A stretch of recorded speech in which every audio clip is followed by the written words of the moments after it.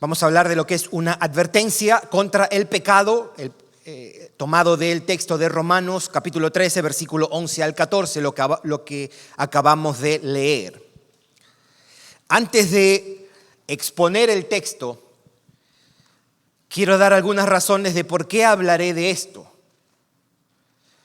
Cuando miraba las semanas que faltan para terminar el año, meditaba y oraba al Señor qué es lo que nosotros como iglesia necesitamos escuchar, dónde debemos enfatizar, o si hay algún tema, alguna verdad, algún énfasis que nosotros debamos hacer.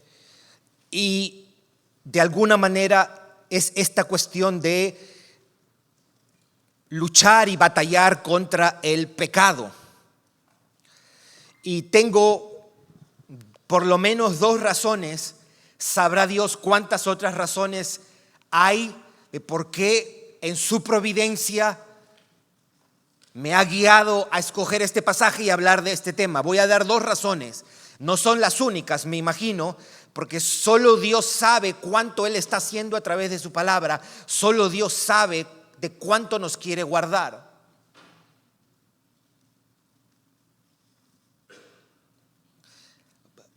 Ayer veníamos de Daytona con mi esposa, estábamos en el carro con Gustavo y Damaris, y yo venía manejando, y cuando estoy para cruzar de la 95 a Turnpike,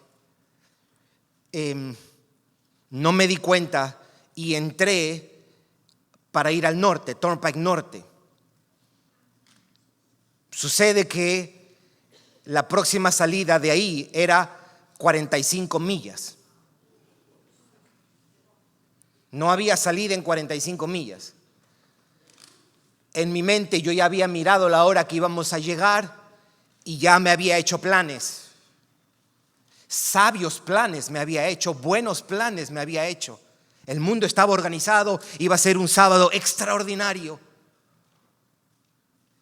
Y nos tomó casi 2 horas más. Y Damaris dijo, Dios sabe por qué ha pasado esto. Dios sabe por qué estamos hablando de esto. Yo tengo 2 razones aquí. Habrán otras razones más.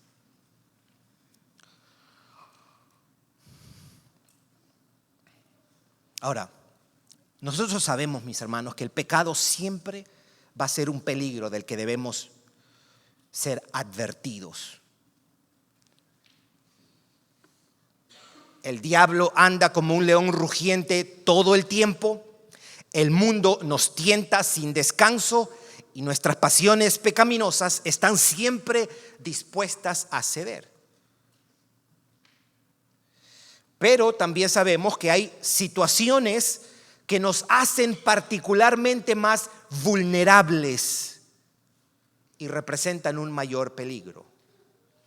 Aunque el diablo, la carne y el mundo siempre están vigentes, hay hechos, circunstancias que el enemigo aprovecha y las usa para tentarnos de una manera particular y para hacernos caer.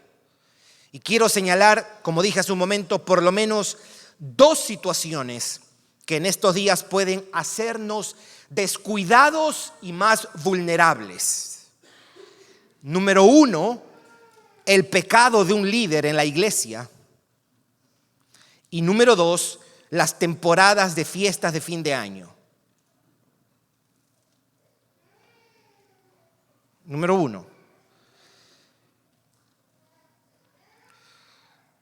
El diablo puede aprovechar y usa cuando un líder importante dentro de la iglesia, especialmente la iglesia en el mundo entero, cae. El efecto de eso es devastador desde muchos lados. Este año 3 grandes líderes o pastores, digo grandes en el sentido conocidos, ¿ok? Conocidos. 3 conocidos líderes de la iglesia americana fueron descubiertos en pecados graves y serios. Las consecuencias son tristes y diversas. Una de ellas es que la conciencia de la iglesia se puede insensibilizar al pecado. Es decir, cuando un pastor peca y comienza a vivir de espaldas a Dios, eso puede hacer que minimicemos la vileza del pecado. Es como que en el pecado de los líderes, una diabólica voz susurra el corazón y la mente de muchos para decir algo como esto: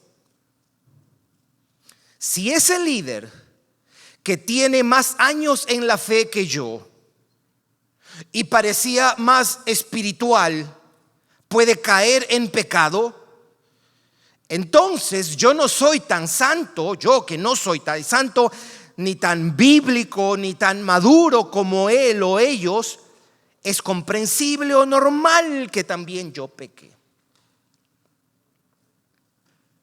Ahora, debo decir que esa clase de argumento nunca es expresada. Nadie anda diciendo eso. Nadie es tan torpe como para articularlo. Pero es una voz sutil. Un pensamiento que se instala en la mente y el corazón y que tarde o temprano, si no es señalado, si no es expuesto, si no es confrontado, producirá una conducta. Esa idea que viene a anestesiar nuestra conciencia es como una pequeña semilla, silenciosa e inofensiva, que cuando es sembrada germina, crece poco a poco y da fruto. Por eso digo, muchos tropiezan porque líderes caen en pecado. Lo minimizan y se van convenciendo de que es normal. Si ellos pecan, me imagino que yo también puedo, porque yo no estoy a la altura de ellos. ¿Se entiende, mis hermanos? Probablemente alguno de ustedes no ha escuchado nada ni se ha enterado de eso, ¿verdad? Pero puede ser un obstáculo para muchos, o puede ser una razón por la cual muchos miren el pecado como, bueno, pues no somos. El otro día hablábamos de pensar acerca, bueno, si él peca, ellos pecan, es normal pecar. Nunca lo mire así.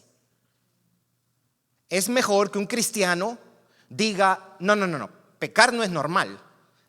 La manera de pensar debería ser, es anormal que la gloria del Dios de los cielos sea insultada y despreciada como cada vez que peco.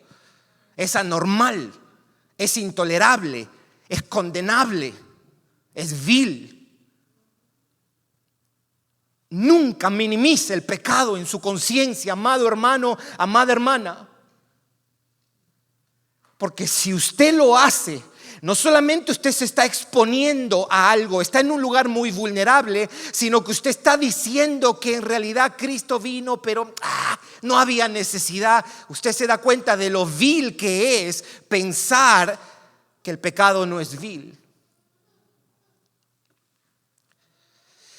La segunda razón por la cual quiero hablar acerca de esto tiene que ver con las proximidades de la fiesta de fin de año. Los cristianos entran en modo fiestas. Estas temporadas suelen hacer a unos descuidados y ligeros, porque el enfoque no es la santidad, la gloria de Dios, la gracia, el evangelio, el servicio, la iglesia. El enfoque se centra en, por ejemplo, los días feriados. Nosotros aquí tenemos todo un paquete casi de 6 semanas, porque empieza el 1 de noviembre. Es increíble cómo empiezan las navidades aquí. Ya poco a poco lo van a ir avanzando y en febrero vamos a empezar a celebrar navidades aquí. Empieza con celebración de acción de gracias y después seguimos Navidad, Año Nuevo. El enfoque se centra en las compras, en los regalos, en las reuniones familiares, nosotros aquí, la familia que viene aquí, en las comidas, en las vacaciones, y muchos son arrastrados y distraídos por eso, mis hermanos. Muchos bajan la guardia y se distraen. Descuidan el cuidado de su alma, descuidan las disciplinas espirituales, dejan de asistir a la iglesia, descuidan el compañerismo, la lectura de la palabra, la oración, y así se hacen más vulnerables, propensos, desprotegidos y desarmados. Así que por eso vamos a hablar hoy día acerca de esta advertencia, de esta sobria advertencia que el apóstol Pablo nos hace en Romanos 13, versículos 11 al 14. Vamos a mirar este texto en dos partes. La primera parte, versículos 11 y 12, tenemos una sobria advertencia y una triple exhortación. Y en los versículos 13 y 14, nuevamente él exhorta y advierte, pero de manera más específica y práctica. Y al final, unas palabras de aplicación también para nosotros. Así que versículos 11 y 12, pudiéramos decir que hay una sobria advertencia y una triple exhortación. Vamos a leer 11 y 12. Dice: y esto, conociendo el tiempo, que es ya hora de levantarnos del sueño, porque ahora está más cerca de nosotros nuestra salvación que cuando creímos. Versículo 12, la noche está avanzada y se acerca el día. Desechemos pues las obras de las tinieblas y vistámonos de las armas de la luz. Aquí la historia y la vida está descrita como una larga noche, llena de oscuridad. La noche está avanzada, dice el versículo 12. Es decir, esta es una existencia dominada por las tinieblas, el pecado y la maldad. La característica de la humanidad y la historia de la humanidad es expresada como una noche, como metáfora de la inmoralidad y la inmundicia.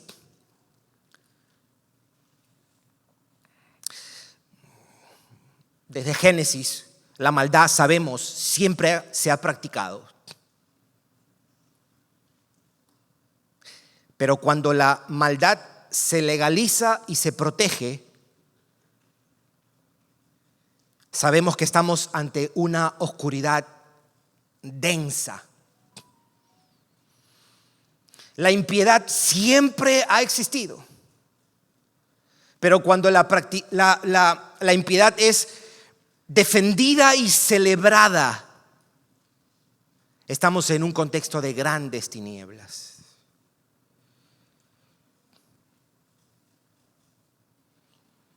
Cuando normalizamos la inmoralidad y llamamos malo a lo bueno y bueno a lo malo, estamos en un momento peligroso de la noche. No solo eso, la maldad, la inmoralidad y la depravación siempre han existido, pero cuando los malos, impíos y depravados salen de en medio nuestro, es decir, de la iglesia, estamos ante un tiempo difícil.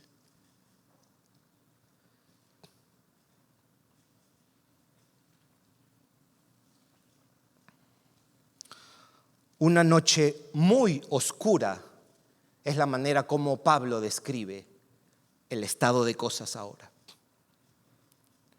Y yo quería que nosotros tomáramos este pasaje para ser advertidos.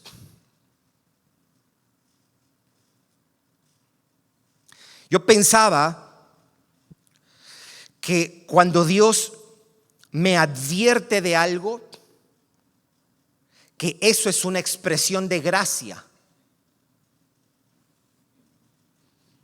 por amor nos advierte, pero también pensaba que la advertencia muchas veces puede ser un medio de gracia, porque cuando recibimos el impacto de la advertencia, nuestros corazones empiezan y deben empezar a temblar.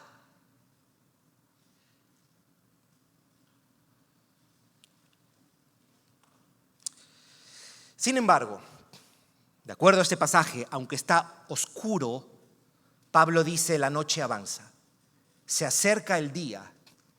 La noche avanza para dar paso al día. Esto de alguna manera es una referencia a lo inminente y cercano que está a la última etapa de nuestra redención.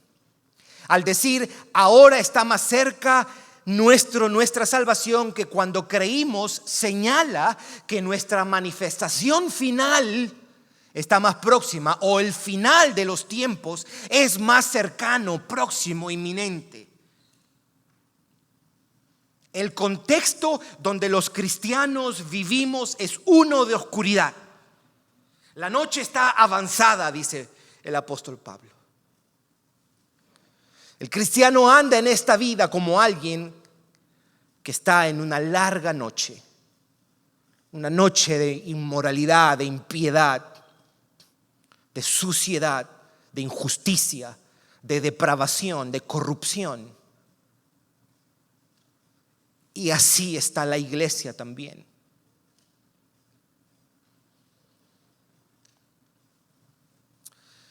Quiere el Señor que seamos nosotros también estremecidos, alertados y, ¿por qué no, despertados por esto?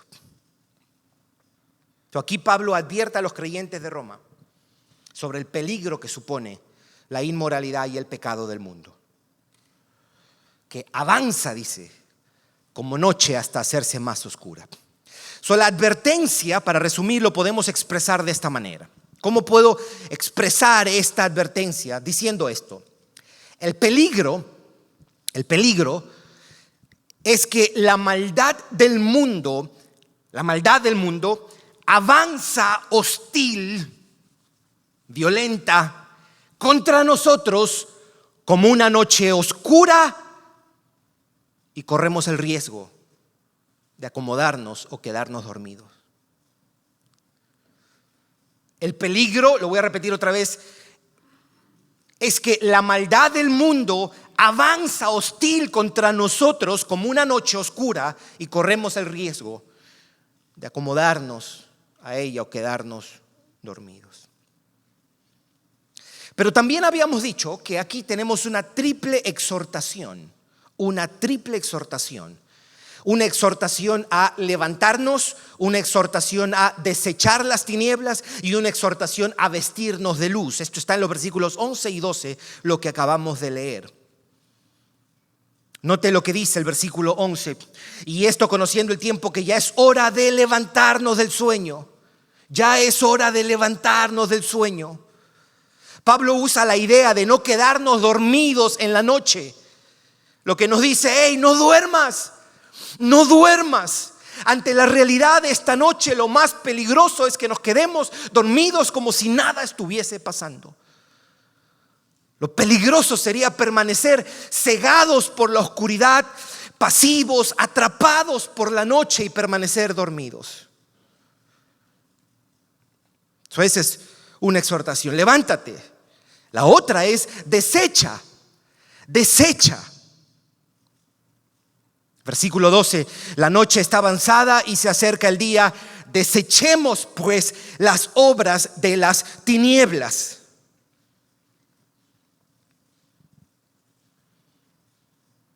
Eso nos despierta primero. Levántate y desecha las obras de las tinieblas, es decir, la impiedad y la maldad.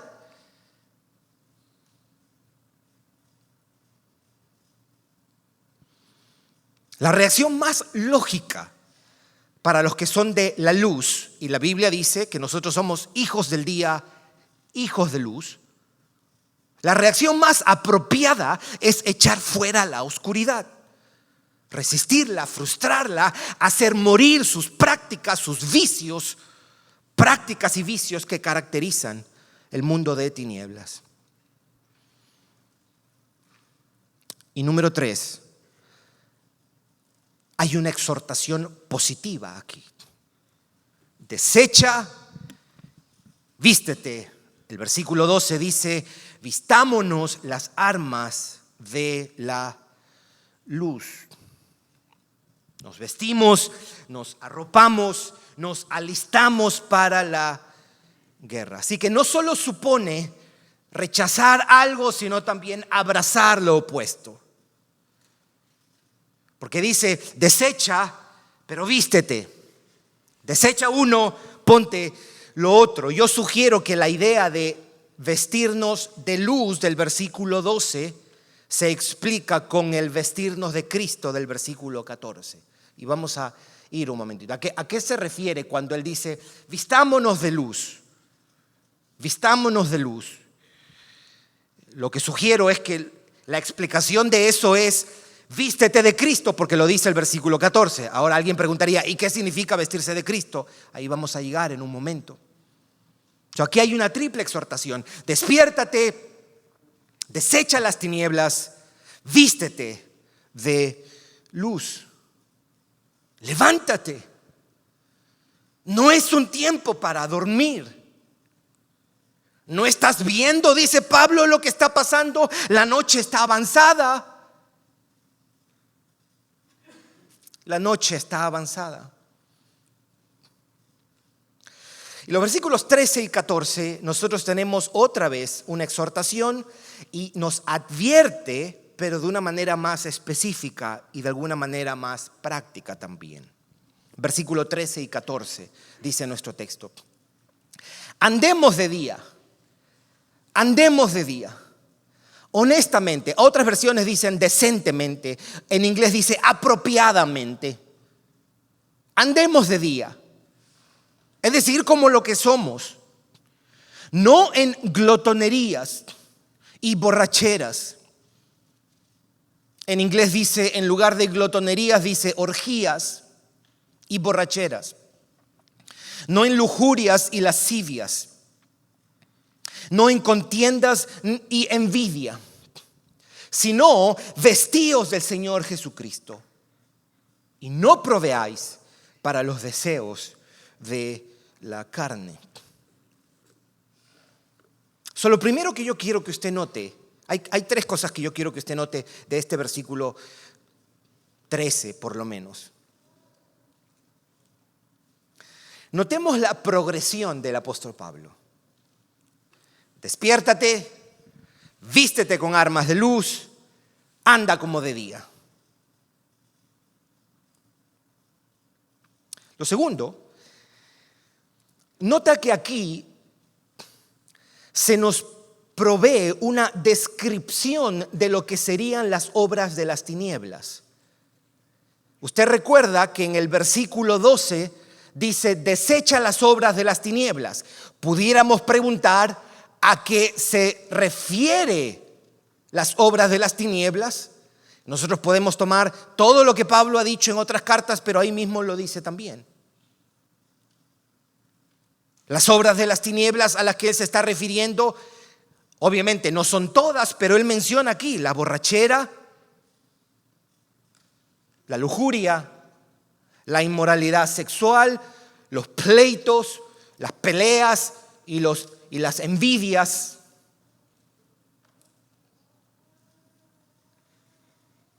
Y lo tercero que yo quiero que usted note es que lo opuesto a andar en luz sería vivir en borracheras, lujurias e inmoralidad sexual y contiendas y pleitos.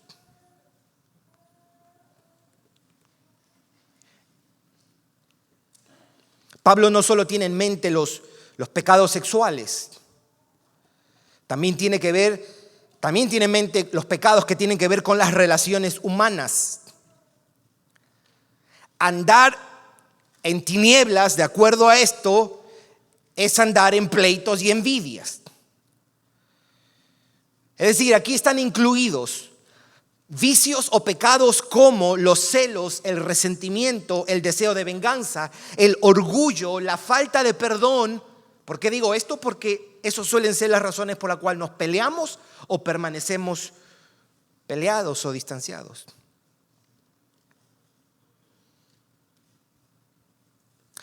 Hay personas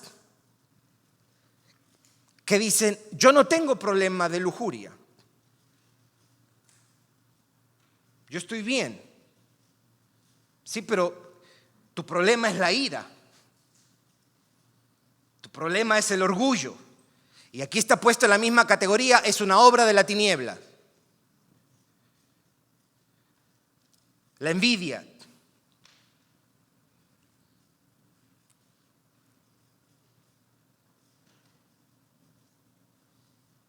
Está todo en el mismo saco.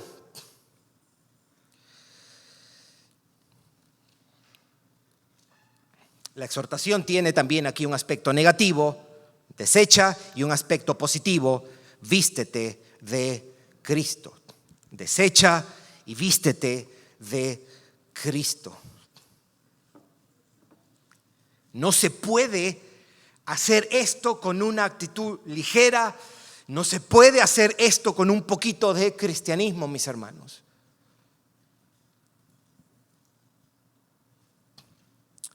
¿A qué se refiere el apóstol Pablo cuando él dice: vistámonos de Cristo, vistámonos vestidos del Señor Jesucristo? Hay algunos pasajes que nosotros pudiéramos tomar en cuenta para una comprensión más amplia de su significado. Uno de ellos pudiera ser Efesios 6, cuando Pablo habla de la armadura del cristiano para resistir contra las acechanzas del diablo o resistir al día malo. Pero quiero tomar y quiero que vayas conmigo, porque vamos a pensar un momento, porque esto es importante. Si tengo una advertencia, ok, ¿qué hago? Despiértate, ok, ya estoy alerta, ¿qué más hago? Vístete de armas de luz. ¿Qué significa eso? Vístete de Jesucristo. Ok, ¿cómo hago eso o qué significa eso?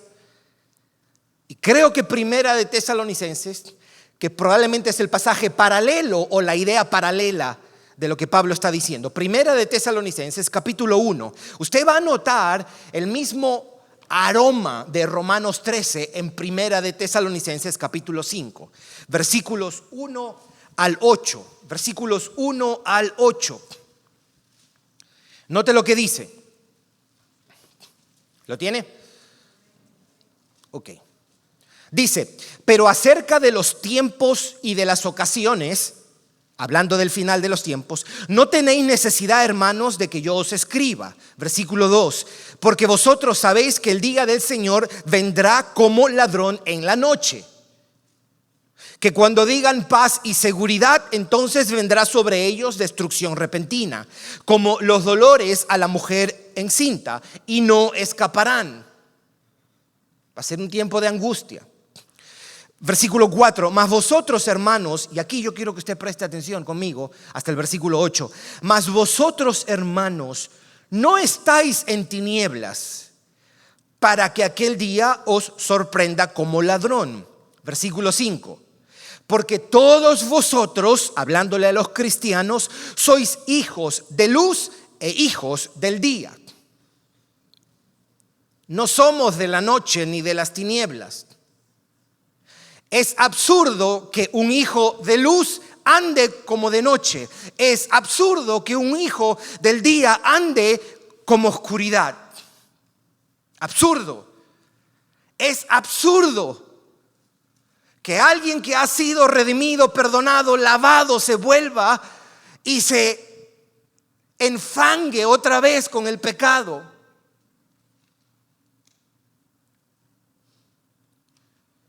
Versículo 6, por tanto, ¿qué dice ahí?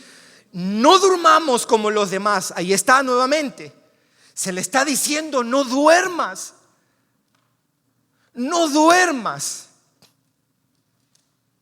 Sino velemos y seamos sobrios. Sobrios. Una persona sobria es una persona serena, es una persona seria, libre de excesos, prudente, controlada por el Espíritu.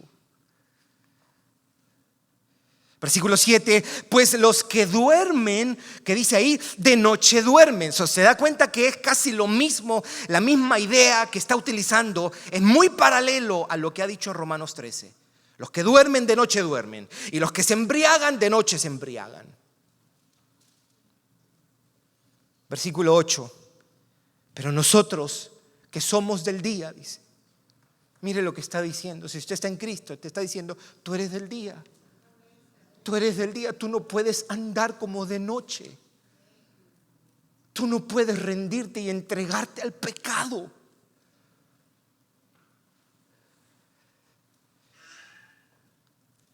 Pero nosotros que somos del día, nuevamente dice, seamos sobrios. Seamos sobrios.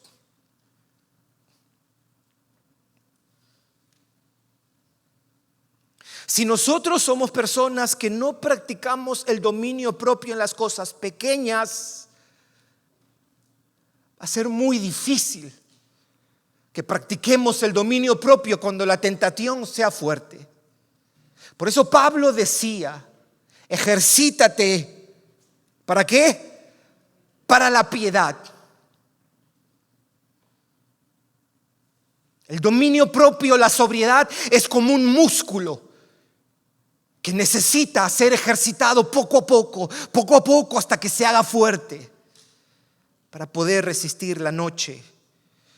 Y dice, aquí nos dice algo, habiéndonos vestido,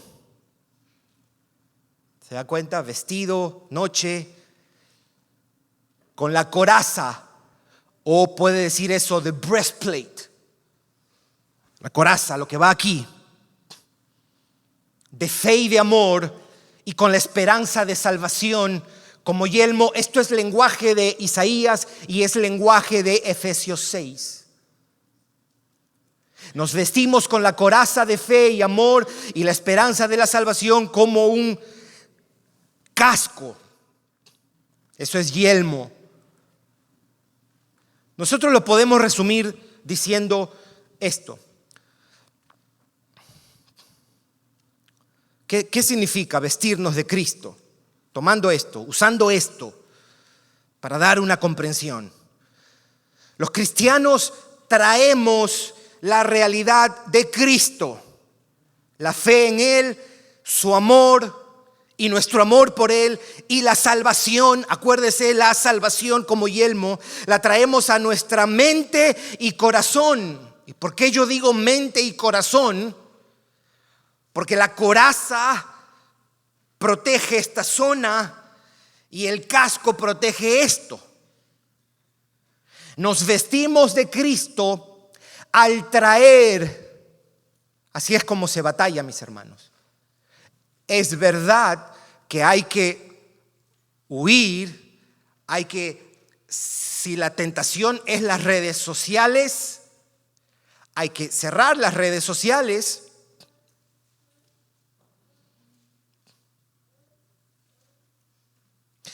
Pero eso es una parte. La otra parte es vestirnos de Cristo. Nos vestimos de Cristo al traer a la mente y al corazón la verdad del Evangelio, de las promesas de Dios, lo que Cristo es, su carácter santo.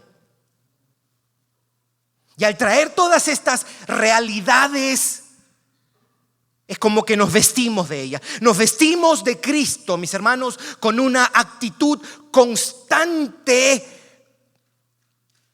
como la ropa que nos ponemos. Actitud constante ¿de qué?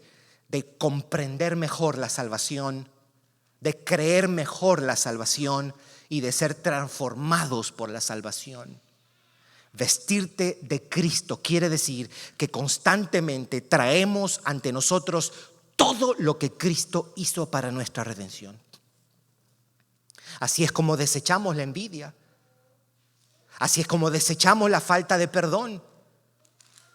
Cuando usted es tentado a sentir odio hacia alguien, usted trae la cruz de Cristo aquí y usted dice: Señor, tú me amaste en Cristo, ¿cómo yo voy a sentir odio y resentimiento por alguien?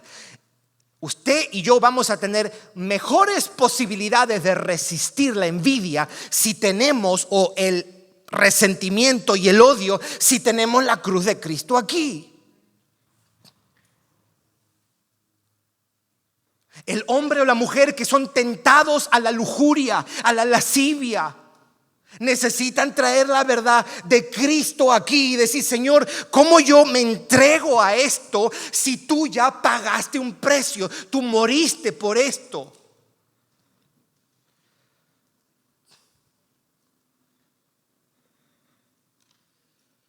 Nuestra capacidad para resistir se fortalece, mis hermanos, cuando la realidad de Cristo está presente en nuestra mente y corazón. Nuestra habilidad para echar fuera las obras de las tinieblas es posible cuando el Cristo entero, el pastor, el obispo de nuestras almas, el sumo sacerdote, el Rey de Reyes, el buen pastor, la puerta, el pan, el agua, es contemplado, es recibido y es disfrutado por su iglesia. El poder para resistir el pecado, mi amado hermano, mi amada hermana. La fuerza para que no seas llevado por pasiones pecaminosas depende de cuán tomados y capturados estemos de todo lo que Cristo es. No logramos nada solamente haciendo una parte de eso. Ok, no voy a tener ese tipo de conversaciones con esta persona porque ese tipo de conversaciones me va a llevar a pecar. Ok, me alejo de eso. Está bien que hagas eso, pero eso es desechar algo. Necesitas vestirte de lo otro. No es solamente un aspecto negativo en nuestra lucha con el pecado. Hay un aspecto positivo que supone cultivar mi conciencia de quién es Cristo, de lo que Él ha hecho, de lo que Él me ha ganado, de lo que soy ahora en Cristo Jesús. Porque si no, estás lidiando solamente con la superficie. Y la tentación es tan poderosa en el corazón y en el alma humana que necesita mucho más que buenas intenciones.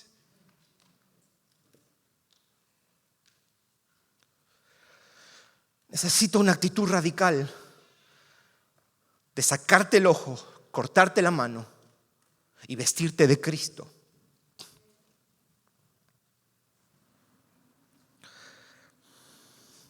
Vistámonos de armas de luz, vistámonos de Cristo, nos dice.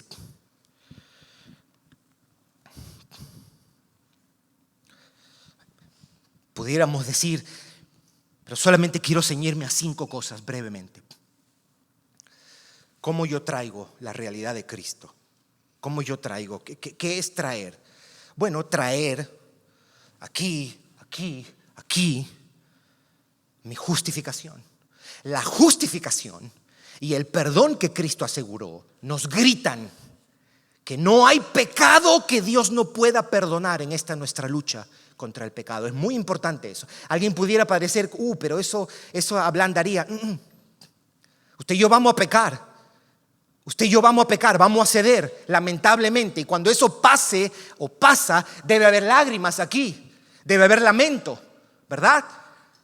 No decía David: contra ti, solo contra ti he pecado y yo he hecho lo malo delante de tus ojos. El problema es que no lamentamos y no lloramos el pecado.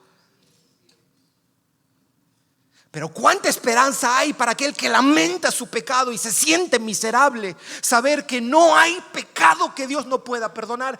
Cristo es tu justicia. Y eso es lo que te ayuda a batallar. La promesa que Cristo estará con nosotros y su Espíritu enviado para darnos poder, nos dicen que no tenemos que ceder a esa tentación. Tú tienes al Espíritu Santo y tú puedes apagar el televisor, tú puedes apagar el teléfono, tú puedes dejar de mirar a ese lugar y mirar a otra parte. Tú puedes dejar de escuchar eso o de mirar eso, el Espíritu de Dios mora en ti para que no te rindas al pecado ni obedezcas a tus pasiones pecaminosas. La justificación, la promesa del Espíritu, la adopción que Cristo compró. Porque si tú creíste, tú eres hijo de Dios, tú eres hija de Dios. Eso nos dice que Dios como Padre va a estar con sus hijos para protegerlos, para guiarlos, para ayudarlos a resistir la tentación, para que vivan como hijos y no como esclavos del pecado. La justificación, la promesa del Espíritu, la adopción de Cristo, pero también su amor por nosotros.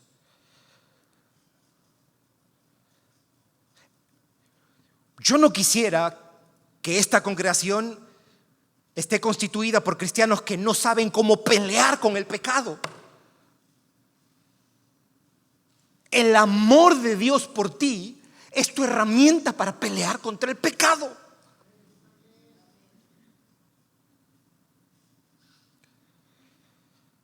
Su amor demostrado en la cruz nos dice que esta lucha contra el mal y la inmoralidad es sangrienta. Es una batalla campal contra el pecado. Pero cuando falles, su amor va a estar ahí. Su amor va a estar ahí para decirte, seguimos para adelante. Eso no hace que los cristianos se entreguen al pecado. Pero no solamente su amor demostrado en la cruz, sino su amor derramado en nosotros sirve para luchar contra el pecado. Porque esa promesa de placer que el pecado nos hace, la promesa de placer que el pecado nos hace, la resistimos con una promesa mayor y una realidad mayor: el amor de Dios en Cristo Jesús. Porque es importante que Dios no solo haya demostrado su amor, Romanos 5:8, sino también Dios ha derramado su amor, Romanos 5:5. Porque ese amor aquí es lo que nos sacia. Es su amor lo que te sacia. Y cuando estamos saciados de su amor, el encanto del pecado, el deleite que nos ofrece el pecado, pierde su poder y su fuerza. ¿Por qué pecan los cristianos? Porque no están satisfechos en el amor de Dios.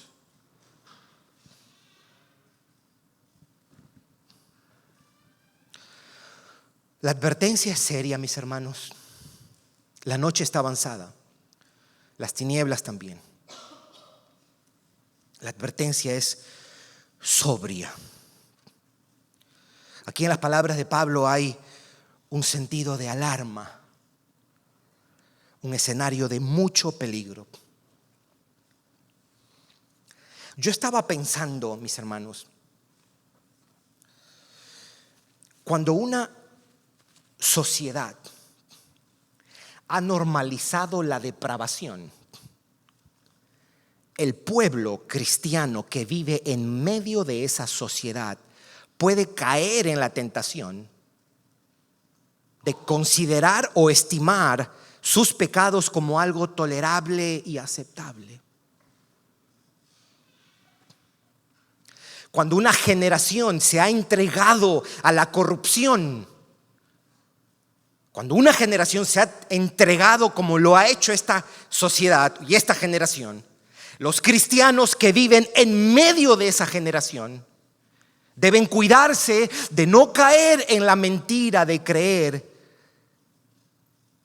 que si sus pecados no son tan escandalosos, son menos condenables.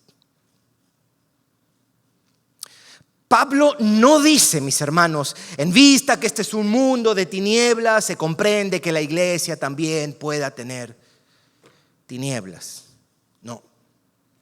Él dice, despierte, despierte, Y mi oración, mi deseo es que usted y yo escuchemos esto con profunda reverencia.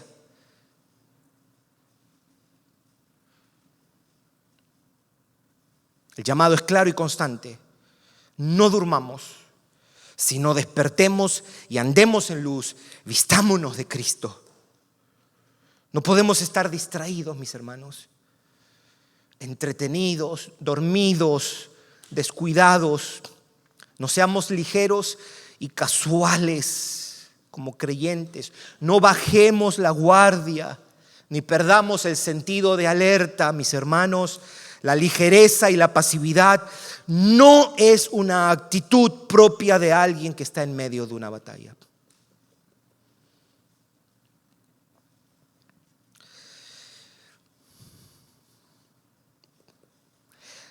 La esperanza es segura para nosotros. No estamos sin armas, no estamos solos, no estamos desarmados en esto. Tenemos las armas de luz, tenemos a Cristo, mis hermanos. Nosotros podemos enfrentar la oscuridad de este tiempo. Que el Señor nos ayude y nos guarde. Vamos a orar.